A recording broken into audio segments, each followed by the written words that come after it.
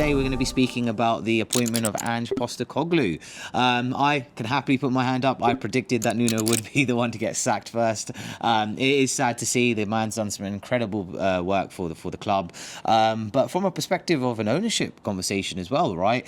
Marinakis brought the club from Championship. Steve Cooper being there brought them up from the Championship, got them promoted, struggled and was close to relegation fodder at one point. Brought in Nuno, and now top of the world with Europe. And then fast forward later, there's a bit of a debacle, and now he's out the door. What's your thoughts? I think it's a case of a personality clash, and I think once that relationship breaks down, and with the owner of Forest being such a kind of a strong character, as we saw with the Gibbs, Gibbs, as we saw with the Morgan Gibbs transfer situation.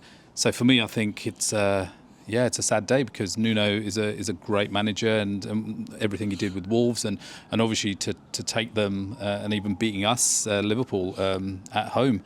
As one of our losses early on in the previous season. So for me, it's a sad day, because Nuno was a great manager, and I just loved the way he sort of played football and how his teams were set up.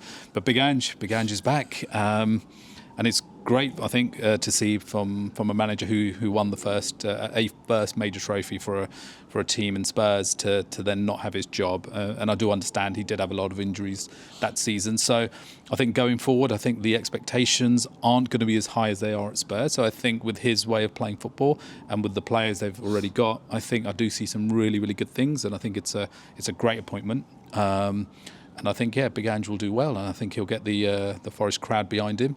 They've got European football, so I think he'll be great for them. The expectation part I might have to disagree on, because I think someone like Marinakis has got huge expectations. I think he wants to do incredible things with the club.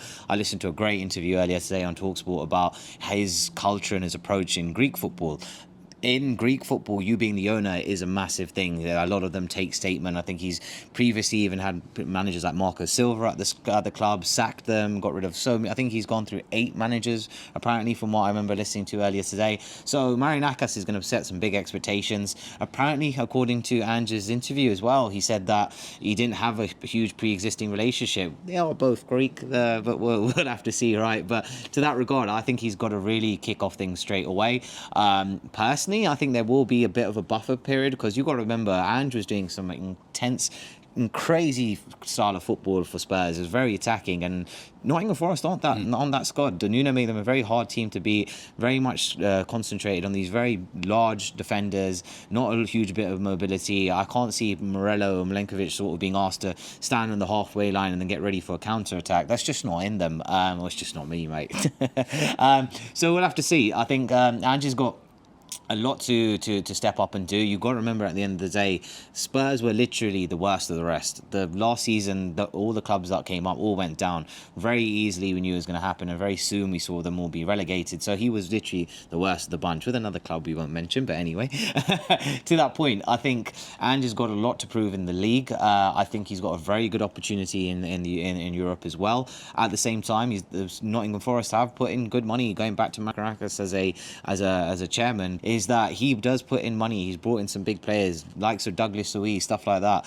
Nuno benched him for that game when he did bring him in, because he didn't feel like he was his sort of player, right? Elliot Anderson, another great player who's done obviously really well for England at the moment. So they've got a really good squad. Chris Wood, again, another great striker. They've got great players on either side. Callum Hudson-Odoi being another one. So he's got the players to do well.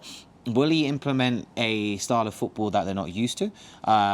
His first game being against Arsenal, does he play it safe? Does he play it? Does he go for it? Hasn't ever beaten Arteta as well. So I would say there is a lot of expectations. I do hope for his sake he can keep his reputation and do well at Nottingham Forest, because he was a great laugh at the end of the day. He was a good character for the Premier League, and I think we all like a redemption story and an arc. So Nottingham Forest fans, it'll be good to hear your thoughts and opinions. Leave your comments below, and subscribe. We'll see you on the next episode.